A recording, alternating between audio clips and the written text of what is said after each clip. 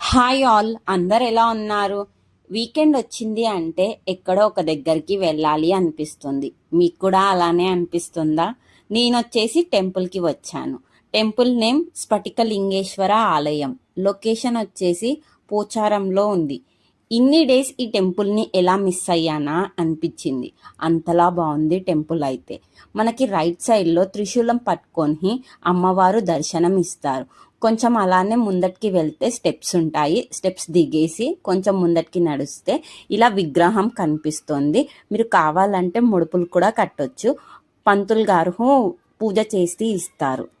పక్కనే మనకి ఇలా నాగపాముల విగ్రహాలు కనిపిస్తాయి. కావాలంటే మనం పాలు కూడా పోయొచ్చు.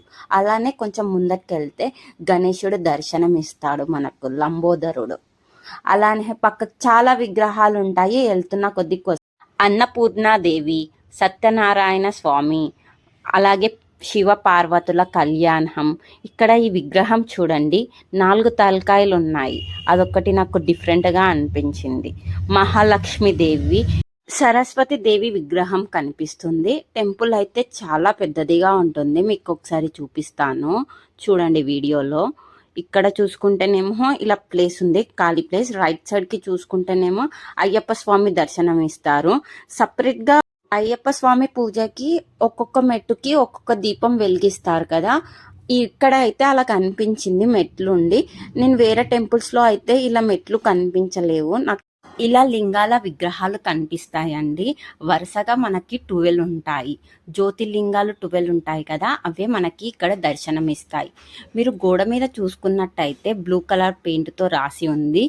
లింగం పేరు ఏంటి, ఏ స్టేట్లో ఉంది అని మనకి అర్థమైపోతుంది చూడగానే. అలానే ఇక్కడ బ్యాక్ సైడ్లో మీరు చూసుకున్నట్టయితే ట్యాప్ ఉందండి. ట్యాప్లో నుంచి వాటర్ వస్తున్నాయి. మనం కావాలంటే మేము 12 లింగాలకి అభిషేకం చేశాము వాటర్తో.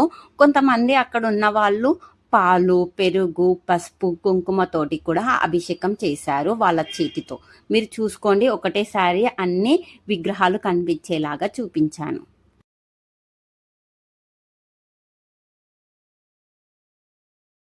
అలానే కొంచెం ముందటికి వస్తే సుబ్రహ్మణ్య స్వామి దర్శనం ఇస్తారు. రైట్ సైడ్కి తిరిగామంటే మళ్ళీ విగ్రహాలు వస్తాయి. ప్రీవియస్గా మనం ఎలా చూసామో అలా కంటిన్యూ అవుతాయి ఇక్కడ విగ్రహాలు అనేటివి. మీరు చూసుకున్నట్టయితే పేరు కూడా కనిపిస్తుంది మనకి. కింద లొకేషన్ కూడా మెన్షన్ చేశారు. మాకు ఈ విగ్రహాలు చూసినప్పుడు ఏం గుర్తుకొచ్చిందంటే, ఈ విగ్రహం మనం చూసాము, ఈ విగ్రహం మనం చూడలేదు, వెళ్ళాలి మనం ఇక్కడికి.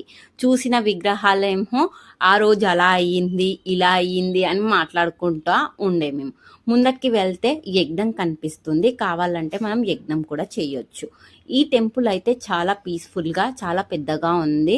మనం టైం తీసుకొని వెళ్తే ప్రశాంతంగా వెళ్ళి చూడొచ్చు. ప్రసాదం పెట్టారు, అది తినేసి కొంచెం సేపు అక్కడే కూర్చొని బయటికి వచ్చాము. బయటికి వస్తుంటే నాకు ఈ ముగ్గు మంచిగా అనిపించి తీశాను. బయట మనకు కోనేరు కనిపిస్తుంది.